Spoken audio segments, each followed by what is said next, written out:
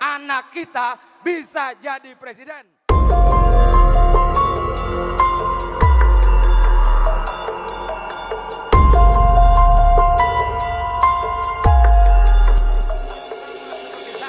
Sama seperti kita yang ada di sini, bukan anak siapa-siapa. Kalau Jokowi bisa jadi presiden, anak kita bisa jadi presiden. Anak kita bisa jadi presiden. Presiden Jokowi sudah membangun 4.000 km jalan, 40 pelabuhan, puluhan bandara dan sebagainya. Jalan itu dibangun tidak untuk jalan, pelabuhan dibangun tidak untuk pelabuhan.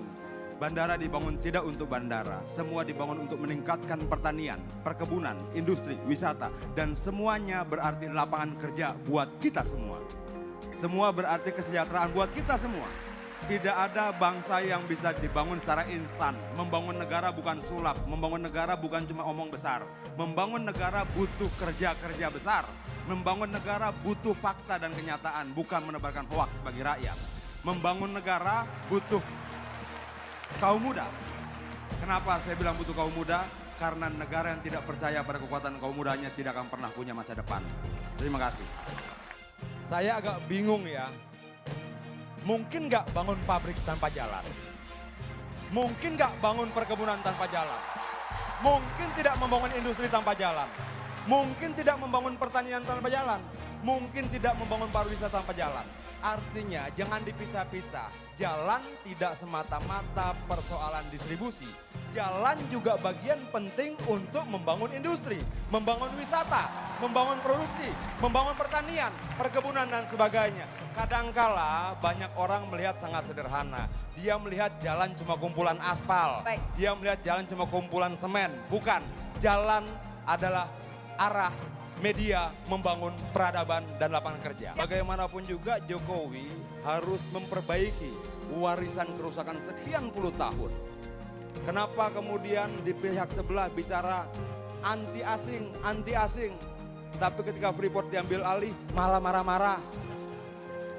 Kenapa ketika kemudian di sana bilang antek asing, tapi ketika Newmont diambil alih ngomel-ngomel?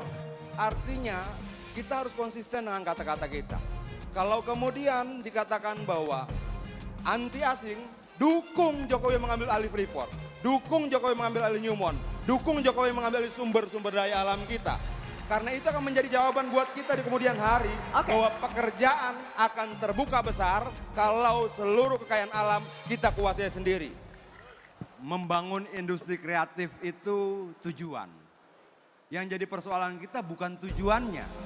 Caranya bagaimana? Jokowi bikin Bekraf. Menciptakan lapangan pekerjaan itu tujuan. Caranya bagaimana?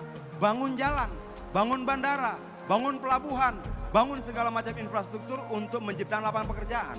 Dari tadi kita bicara tujuan.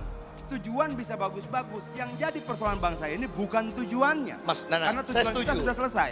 Caranya bagaimana? Caranya jelas. Nah, yang dibangun oleh kelompok sana apa?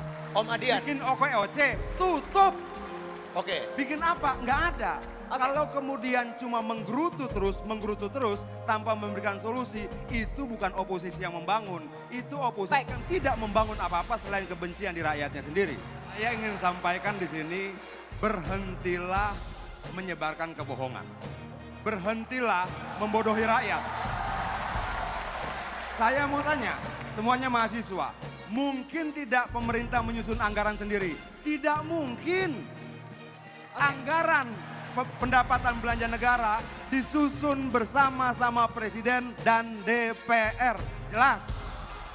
Jangan kemudian cuma menyalahkan pemerintah, tapi partainya di DPR menyetujui anggaran-anggaran itu. Ayo kita bicara soal hutang. Dalam undang-undang kita jelas, hutang baru berbahaya. Hutang baru dianggap tidak boleh kalau di atas 60% dari rasio PDB kita. Baik. Kalau masih 20%, undang-undang membolehkan. Pemerintah salah? Tidak, karena undang-undang dibuat bersama pemerintah dan DPR. Baik. Pak Jokowi ini bukan orang yang suka teriak-teriak ya.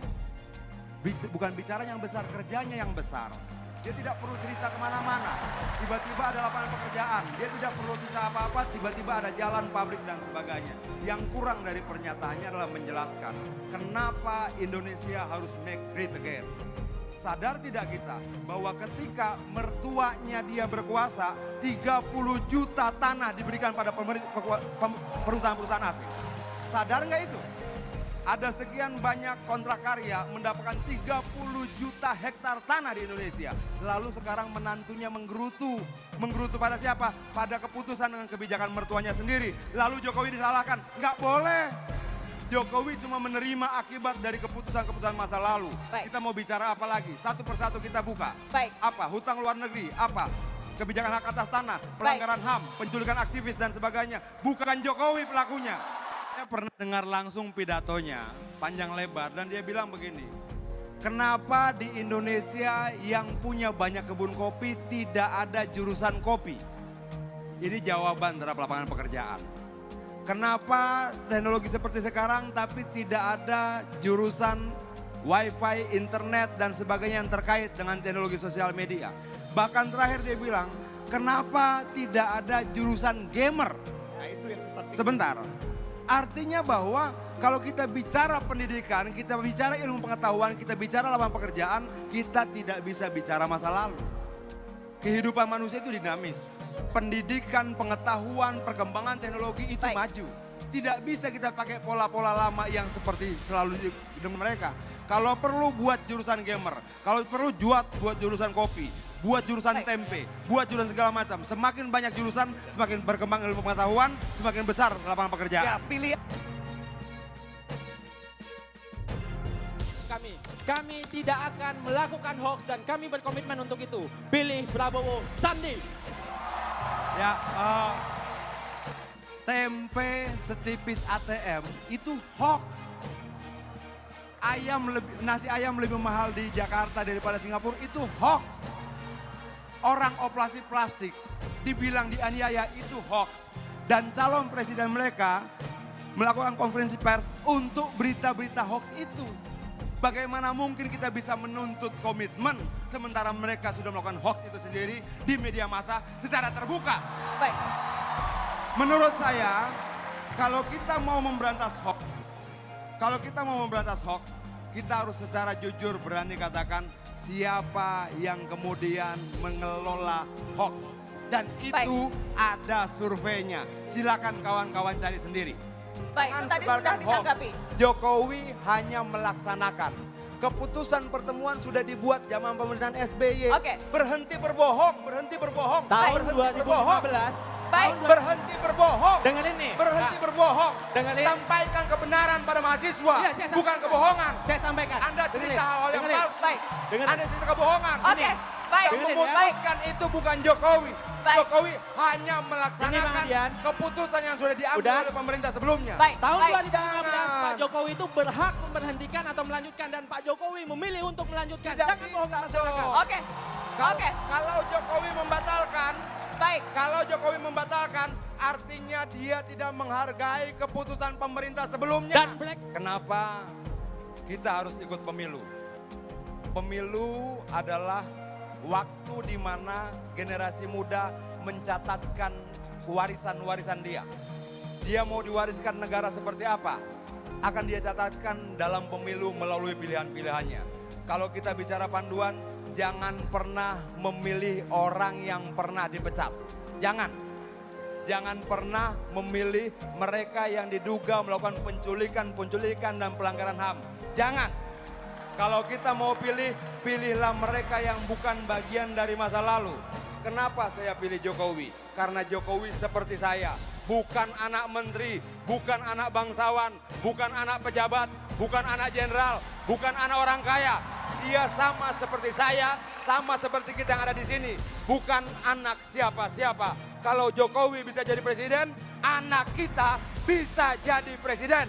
Dan itu mimpi kita. Membangun negara yang demokratis dan setara.